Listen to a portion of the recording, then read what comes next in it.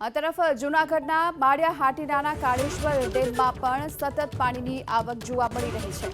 બાળિયા હાટીના તાલુકામાં પણ અત્યારે વરસાદની શરૂઆત થઈ છે અને સતત વરસાદને લઈને બાળિયા હાટીનાના કાળેશ્વર ડેમમાં પાણીની આવક છે। ધોધમાર વરસાદને લઈ જે સ્થાનિક નદી નાળા છે, ચેકડેમ છે, ત્યાં પણ સતત પાણીની આવક જોવા મળી રહી છે। એવામાં કાળેશ્વર ડેમમાં પણ પાણીની આવક ચાલુ છે અને તેને જોતા હાલમાં તો ડેમમાંથી પાણી પણ છોડવામાં આવી રહ્યું છે।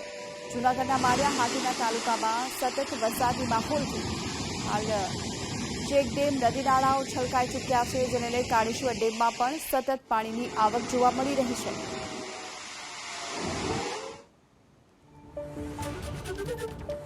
તો આ તરફ ભારે વરસાદથી જૂનાગઢ શહેર જળબંબાકાર થઈ ચૂક્યું છે। જૂનાગઢ શહેરમાં હાલ પાણી ભરાવાની સમસ્યા છે અને એવામાં સબલપુર ચોકડી વિસ્તારમાં પાણીનું સામ્રાજ્ય પણ જોવા મળી રહ્યું છે। વરસાદી પાણીના સામ્રાજ્યથી સ્થાનિકોને હાલ તો પરેશાનીનો સામનો કરવાનો વારો આવ્યો છે। ભારે વરસાદને લઈ જૂનાગઢ શહેરમાં જળબંબાકારની સ્થિતિ છે। આ દ્રશ્યો જે સામે આવી રહ્યા છે સબલપુર ચોકડી વિસ્તારના, કે જે હાલ સમગ્ર વિસ્તાર પાણીમાં ગરકાવ થઈ ચૂક્યો છે અને રસ્તા પર ઘૂંટણ સુધીના પાણી ભરાઈ ચૂક્યા છે, જેના કારણે અહીંથી પસાર થતા વાહન ચાલકોને પણ હાલ તો ભારે હાલાકી પડી રહી છે અને ત્યાં સુધી કે અહીંથી વાહન ચાલકો કઈ રીતે પસાર થશે તે મૂંઝવણમાં છે। ભારે વરસાદની આ સ્થિતિ છે સબલપુર ચોકડી વિસ્તારમાં, જ્યાં સમગ્ર વિસ્તાર હાલ તો જળમગ્ન થઈ ચૂક્યો છે।